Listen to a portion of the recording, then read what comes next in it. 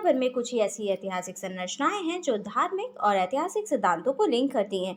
ऐसा ही एक निर्माण है राम सेतु, जिसे एडम्स ब्रिज के नाम से जाना जाता है। हाल ही में केंद्र सरकार ने राम सेतु की संरचना की स्टडी करने और राम सेतु की आयु का पता करने और इसके बनने की पूरी प्रक्रिया को जानने के लिए पानी के अंदर खोज और शोध करने को मंजूरी दे दी है। ये अध्ययन यह जानने में मदद करेगा कि क्या यह संरचना रामायण काल जितनी पुरानी है। साथ ही राम सेतु को राष्ट्रीय स्मारक बनाने की मांग की जा रही है। ऐसे में राम सेतु के बारे में जानना दिलचस्प रहेगा। यूँ तो हिंदू महापुराण रामायण में ऐसी बहुत सारी कथाएं और चीजें हैं जो हजारों साल बाद आज भी रहस्य बनी हुई हैं। जहाँ एक और आस्था में विश्वास करने वाले लोग रामायण की हर एक बात पर भरोसा करते हैं, वहीं दूसरी ओर रामायण में लिखी गई कई चीजों की वास्तविकता जानने के लिए आज भी दुनिया भर में वैज्ञानिक रिसर्च किए जा रहे हैं। और ऐसी ही रहस्यमय चीजों में रामायण का सबसे अहम हिस्सा राम सेतु भी आता है, जिससे आज भी करोड़ों भारतीयों की आस्था जुड़ी हुई है।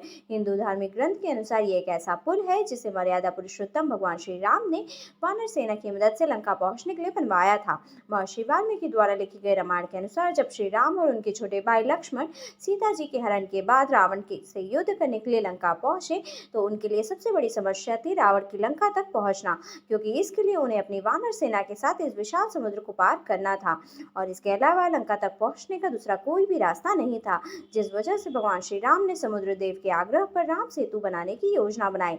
लगभग 30 मील यानी कि 48 किलोमीटर लंबा ये पुल भारत के रामेश्वरम से धनुषकोडी के पास से शुरू होकर श्रीलंका के मन्नार को जोड़ता है। यूं तो ये पुल आज समुद्र में डूबा हुआ है और पानी के ऊपर बिल्कुल नाम मात्र दिखाई देता है, लेकिन फिर भी पूरी दुनिया में इसको लेकर अलग अलग तरीके की चर्चाएं और वाद विवाद होते रहते हैं। लेकिन कहानियों से हटकर आखिर इसकी सच्चाई क्या है? क्या ये वही राम सेतु है जो भगवान श्री राम द्वारा लंका पहुंचने के लिए बनवाया गया था? और साथ ही आखिर क्यों इस राम सेतु में प्रयोग किए गए पत्थर डूबने की बजाय तैरते हैं? हेलो एवरीवन, मैं आकृति अग्रवाल आज आपके सामने एक नया वीडियो लेकर उपस्थित। अपने आज के वीडियो में हम बात करेंगे राम सेतु के रहस्य के बारे में। तो चलिए बिना देर के वीडियो को शुरू करते हैं और आज के वीडियो में जानते हैं राम सेतु के इतिहास के बारे में। धर्म ग्रंथों के अनुसार लंका पहुंचने के लिए श्री राम की सेना को समुद्र पर 100 योजन लंबा पुल बनाना पड़ा था। इसे बनाने में नल और नील नामक 2 वानरों की अहम भूमिका थी, क्योंकि उन्हें यह श्राप मिला था कि उनके हाथ का छुआ हुआ पत्थर पानी में कभी भी डूबेगा नहीं, और इसलिए ऐसा कहा जाता है कि सारे वानर उन्हें पत्थर लाकर देते थे और वो दोनों नल और नील पानी में पत्थर फेंकते थे, जिससे वो पत्थर पानी में डूबने के बजाय तैरते रहते थे। और इस तरह से पूरे 5 दिन में 100 योजन का पुल बनकर तैयार हुआ था। अगर इसी चीज को आज के मेजरमेंट में देखें तो राम सेतु की लंबाई लगभग 1000 किलोमीटर से भी ज्यादा थी। हालांकि पृथ्वी के प्राकृतिक उथल या फिर टेक्टोनिक प्लेट के मूवमेंट की वजह से लंका और भारत के बीच की ये दूरी धीरे धीरे धीमी गति से ही सही पर कम होती चली गई और अब मुश्किल से दोनों में लगभग 247 किलोमीटर की दूरी ही बची है। वैसे तो इस पुल को हमेशा ही हिंदू धर्म से जोड़कर देखा जाता है, लेकिन इस पुल की खास बात यह है कि हिंदू और ब्राह्मणिक दोनों ही धर्म के पौराणिक कथाओं में सेतु का जिक्र देखने को मिलता है। जहाँ एक तरफ हिंदू पुराणों का मानना है कि ये पुल भगवान श्री राम और उनकी वानर सेना द्वारा समुद्र को पार करने और रावण से युद्ध जीतकर माता सीता को वापस लाने के लिए बनाया गया था, वहीं ब्राह्मणिक कथाओं के अनुसार इस पुल का निर्माण दुनिया के सबसे पहले मनुष्य एडम ने श्रीलंका से बाहर जाने के लिए किया था, और यही कारण है कि इस पुल को ग्लोबली एडम्स ब्रिज के नाम से जाना जाता है। यूँ तो सदियों से राम सेतु के होने और ना होने पर विवाद जारी है और विदेशों में भी ये मुद्दा काफी चर्चा का विषय रहा है, और इसलिए भारत के साथ साथ अमेरिका भी राम सेतु पर बीते कई सालों में रिसर्च कर रहा है। और इसी सिलसिले में दिसंबर 2017 में साइंस चैनल के एक अमेरिकी टीवी शो में अमेरिकी पुरातत्वविदों ने अपनी जांच के आधार पर यह कहा था कि भगवान श्री राम के लंका तक सेतु बनाने की हिंदू पौराणिक कथा शायद सच हो सकती है।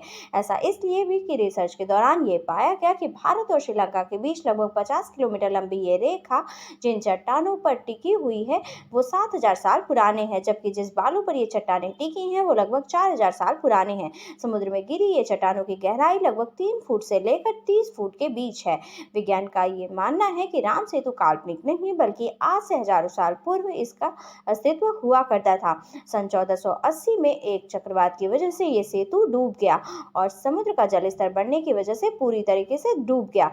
इसके अलावा वैज्ञानिक वैज्ञानिकों का ये भी मानना है कि इस पुल में एक खास तरह के स्टोन का प्रयोग किया गया है, जिसकी वजह से इस सेतु के पत्थर पानी में डूबने की बजाय तैरते रहते हैं। विज्ञान की भाषा में इस पत्थर को प्यूमाइस स्टोन कहा जाता है, जो देखने में काफी मजबूत लगते हैं लेकिन पानी में पूरी तरह से डूबते नहीं, बल्कि उसकी सतह पर तैरते रहते हैं। वैज्ञानिकों का मानना है कि नल और नील शायद जानते थे कि कौन सा पत्थर किस प्रकार से रखने से पानी में डूबेगा नहीं, बल्कि दूसरे पत्थरों का सहारा बनेगा। ये प्यूमाइस स्टोन ज्वालामुखी के लावा से बनते हैं। इसमें कई सारे छिद्र होते हैं, इसकी वजह से ये पत्थर एक स्पॉन्जी यानी कि खाकरा आकार ले लेते हैं। इनका वजन भी सामान्य पत्थरों से काफी कम होता है और इनके छिद्रों में हवा भरी रहती है। यही कारण है कि ये पत्थर पानी में डूबते नहीं, क्योंकि हवा इन्हें ऊपर ही रखती है। वर्तमान में ये पुल पानी में डूब चुका है, लेकिन कुछ समय पहले तक इसका इस्तेमाल होता था। ये बात वैज्ञानिक मान चुके हैं।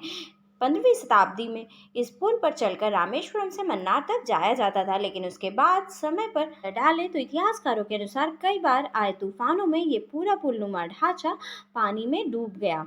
आज जो भी वैज्ञानिक रिसर्च चल रही है उसके हिसाब से भारत के पाम्बन टापू से श्रीलंका के मन्नार टापू तक फैली ये पुलनुमा चीज कहीं ना कहीं इंसानों के द्वारा ही बनाई गई है। इसका जो कारण है वो ये है कि नीचे रेत की लंबी सी चादर बिछी हुई है और उसके ऊपर पत्थर जो रखे हुए हैं वो नेचुरल नहीं लगते, जिसका मतलब है कि वो कहीं ना कहीं से लाकर व्यवस्थित किए गए हैं। और अगर उन्हें व्यवस्थित किया गया है तो संभव है कि उन्हें इंसानों द्वारा ही व्यवस्थित किया गया हो। जब इन पत्थरों पर रिसर्च की गई तो ये नतीजे निकले कि उनके हिसाब से इन पत्थरों को 7000 साल पुराना बताया गया है। अब अगर ये बात 7000 साल पुरानी है तो उस समय जब टेक्नोलॉजी के नाम पर हमारे पास कुछ भी नहीं था, उसके बावजूद भी इन पत्थरों को 48 किलोमीटर तक बिछाया जाना एक तरह से उस वक्त के हिसाब से इंसानों के लिए एक बहुत बड़ी उपलब्धि थी। अब ये कैसे किया गया ये तो किसी को मालूम नहीं, लेकिन ये जैसे भी हुआ वो हैरान कर देने वाला है। एक और बात है जो आश्चर्य में डालने वाली है और वो ये है कि इस राम सेतु के विषय में सबसे प्रसिद्ध कहानी कहीं ना कहीं हमारे मिथोलॉजी यानी कि पुराणों से आती है। लेकिन उसी मिथोलॉजी के हिसाब से 5000 साल पहले द्वापर युग खत्म हुआ था। द्वापर युग खुद ही 8,64,000 साल तक चला था, ऐसा वेद पुराण और उपनिषदों में लिखा है। राम सेतु त्रेता युग में बना था, क्योंकि राम उस युग में हुए, तो त्रेता युग तो लाखों साल पुराना है। अब अगर विज्ञान के अनुसार इस पुल का डिजाइन महज 5000 से 7000 साल के आसपास वाला है तो फिर ये कैसे संभव है, ये जानने वाली बात है। वैज्ञानिकों की रिसर्च के हिसाब से तो ये भी संभव नहीं कि जिस युग में राम थे उस युग में इस पुल का कोई भी अस्तित्व हो। हालांकि वैज्ञानिकों को और भी रिसर्च करना बाकी है। ये मामला अभी विचाराधीन है, पर इस शोध में आगे और क्या पता चलता है ये तो देखने की बात है। तब तक के लिए आप हमें कमेंट करके जरूर बताइएगा कि आपको ये राम सेतु मानव निर्मित लगता है या फिर नहीं। आज के वीडियो में बस इतना ही। For more such interesting video like and subscribe my channel. Thank you. Bye bye.